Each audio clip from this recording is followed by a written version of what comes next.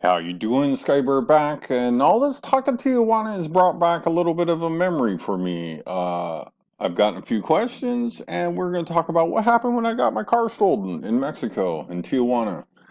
It's an interesting story, a little uneventful for this type of situation. I like to say there's two types of people that go to Mexico: the people that have had their car stolen, and the people that are going to get their car stolen. If you come to Mexico for any reason at all, and you're afraid of something going to happen, your car getting stolen is probably the number one thing that is likely to happen to you.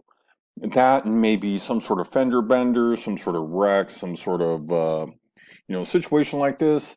And this is a very interesting situation. It was something that I wasn't ready for. I insured the car, and literally about 72 hours later, bang, it was stolen right in the middle of the daytime.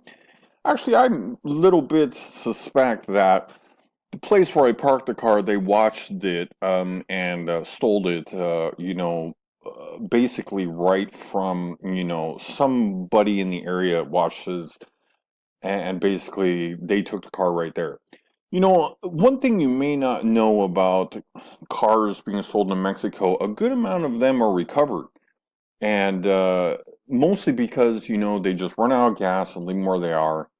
And that is kind of what happened in this situation. So anyway, I bought car insurance over the border, these places that you see along the side of the road as you're getting closer to Mexico. And I insured the whole value, maybe just a little bit more, just to make sure. I wasn't, I didn't have like some special car or anything. It was just my little surf van. And sure enough, I got the chance to use it. And I bought the insurance from this little place, Baja, for less. And I bought Qualitas insurance. Very crappy, not a very good service at all. Actually, I recommend if you do this to go into Mexico, maybe even Playas or Rosarito, and buy insurance from there. You could buy a whole year for much less. You're actually paying for agents in California. Actually, in California, insurance is a highly regulated, service. And this is going to bring up some points later on in the story that I think are going to be very important. Obviously, this is, your situation may vary from mine, but I feel like I have a lot of valuable information that I can help you with. Number one, so my car was stolen. They came out pretty timely manner. Da, da, da. They gave me a questionnaire to fill out, and they're like, "Oh, okay, so now wait 21 days."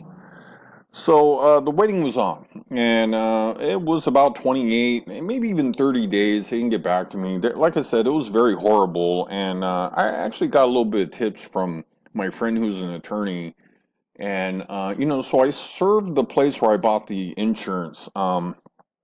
Keep in mind, you are a traveler to Mexico. You are buying U.S. Insurance, and the game is they always say, "Oh, it's Mexican insurance." Wrong. It is American insurance, and these companies post a bond to sell insurance that you can lien that for your damages and stuff like that. I mean, you're an American. Why the hell would you deal with this in Mexico? When you buy insurance, you're going to get the slip and stuff, and it's going to tell you all kinds of crazy things. Most of it you're going to want to do. One, like file the report, so on and so forth, which is equally another interesting situation. You're going to want to report your car stolen in Mexico and in America. You may even at some point hope they don't find it because trying to unwind it could, potentially be another fun adventure in itself. Actually, the reason why you want to report it stolen in Mexico is because if it's used in a crime, they come looking for you. So I learned all kinds of really interesting things, going through this. The big deal here was, applying the pressure to the American company. I mean, like I said, they post a bond in this. They like to go, oh, go over there, go over there. You bought me. No, wrong, wrong, wrong. You bought American Travelers Insurance, and basically what happens is is they're insuring your vehicle right there. You sign a contract in the United States that is an enforceable contract. And, you know, unfortunately, I didn't get the chance to do that. I was actually paid on the claim, but I was applying maximum pressure on them, including I got a demand letter out. I contacted the insurance commission in San Diego. They were also very helpful in applying pressure, which in turn made them apply pressure to Qualitas because really that was, I feel, the really driving point behind, or the force behind actually getting paid in this. The thing that really kind of was screwed up in this situation is this company try to make not pay you on some little stupid technicality. It's important that if you do buy insurance and you plan to take your car into Mexico, that you have the title of the vehicle, and I mean you want to have this on standby. Number two, you want to have a copy of the registration, because why would you have that? And that's what they're going to want you to have. And you're going to want to make sure to have your insurance and all your paperwork together in a separate situation, away from the vehicle, so that way once it gets stolen that you're able to retrieve this information. I went through a lot of interesting things, went to police station, finally to the regular one. You may get the feeling that Mexico don't care that your car is stolen. That's correct. Mexico does not give a shit. And basically what happened is when they filed the report, I got very lucky again to have my girlfriend at the time that was with me help me put her number on the report, and basically what happened is they dragged their feet, and they come back, oh, we found your car. So I go in there to try to find my car. They take me over this lot, and where millions, I mean, the whole hillside is full of vehicles, of stolen vehicles. And stolen cars in Mexico are a huge problem. So what happened I passed the 21 days that they wanted me to wait. Maybe they could find the car or whatever, and then repair it or whatever. I contend you don't want that to happen, because then it really starts to unravel. They really got nowhere to go if they can't find it. But what happened is they passed the time frame where they were able to actually send me a letter and stuff like that, where they were like, okay, we're going to pay this, and they were like, oh, we found your vehicle, which, as it turns out, the red tape and the stupidity is so strong in Mexico that they said, and I think, again, they were lying to me, that they sent me with a lawyer over to the, what would be considered our like, in the United States, they have like the a prosecutor's office and stuff like that, and they sent me over there, and they had the report translated English and Spanish and all this stuff, flip-flopping back and forth.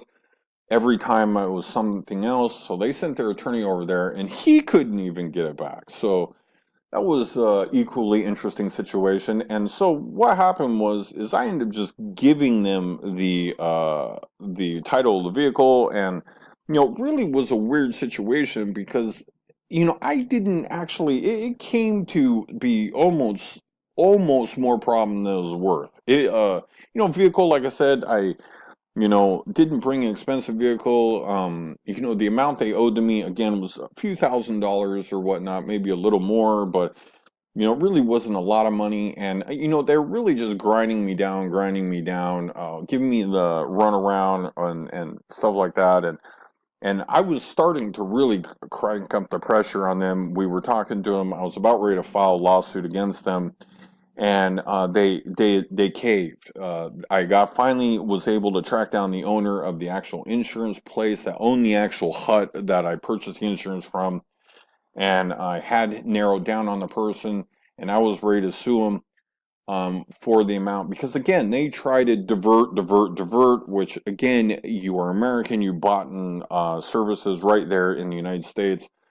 And, Qualitas is an insurance company that has to be licensed in the United States, and they try to make every attempt to conceal themselves.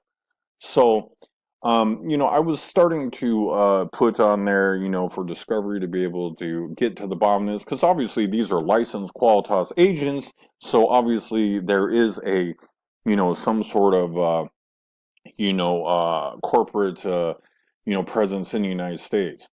But they try to very much conceal this to avoid this type of situation because they want you to deal with it in Mexico, which is, very, I mean, mostly okay. I mean, again, you're going to have to deal with stuff in Mexico, but also, you got to remember you are American.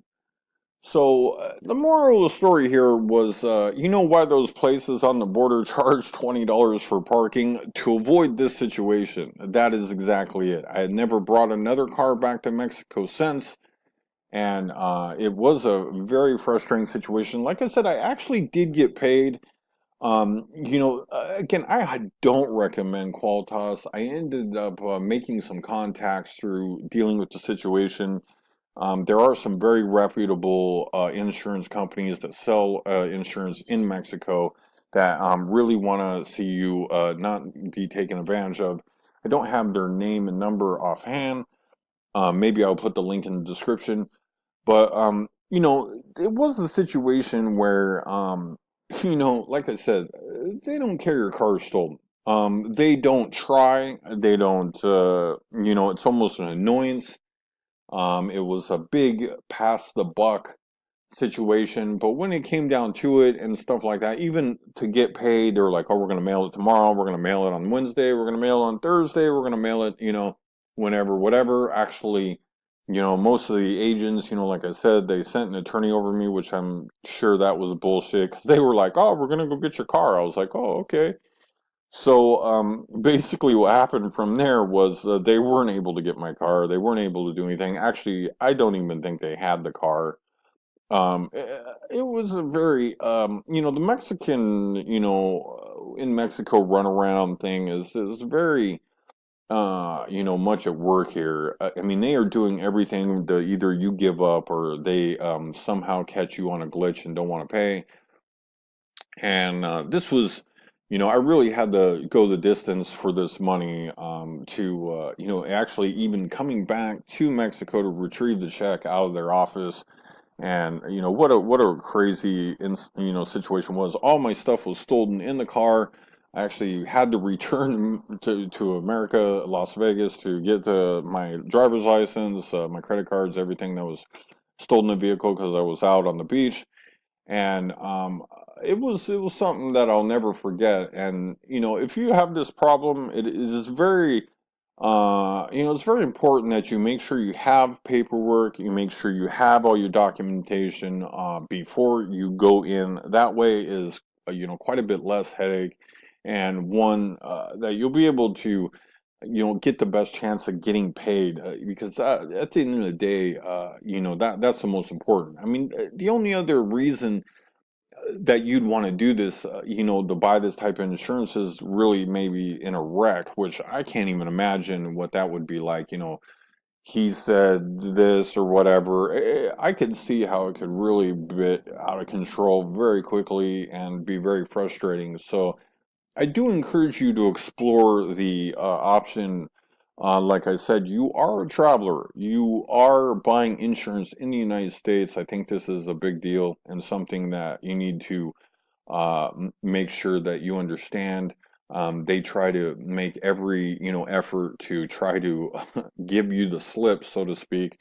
So I think that is the most important part, and I do think that was a big deal. The reason why that I actually got paid on this situation, it wasn't a small amount of money. I mean, it was a smaller amount of money, and the wreck. Thank God, that would have been a major headache.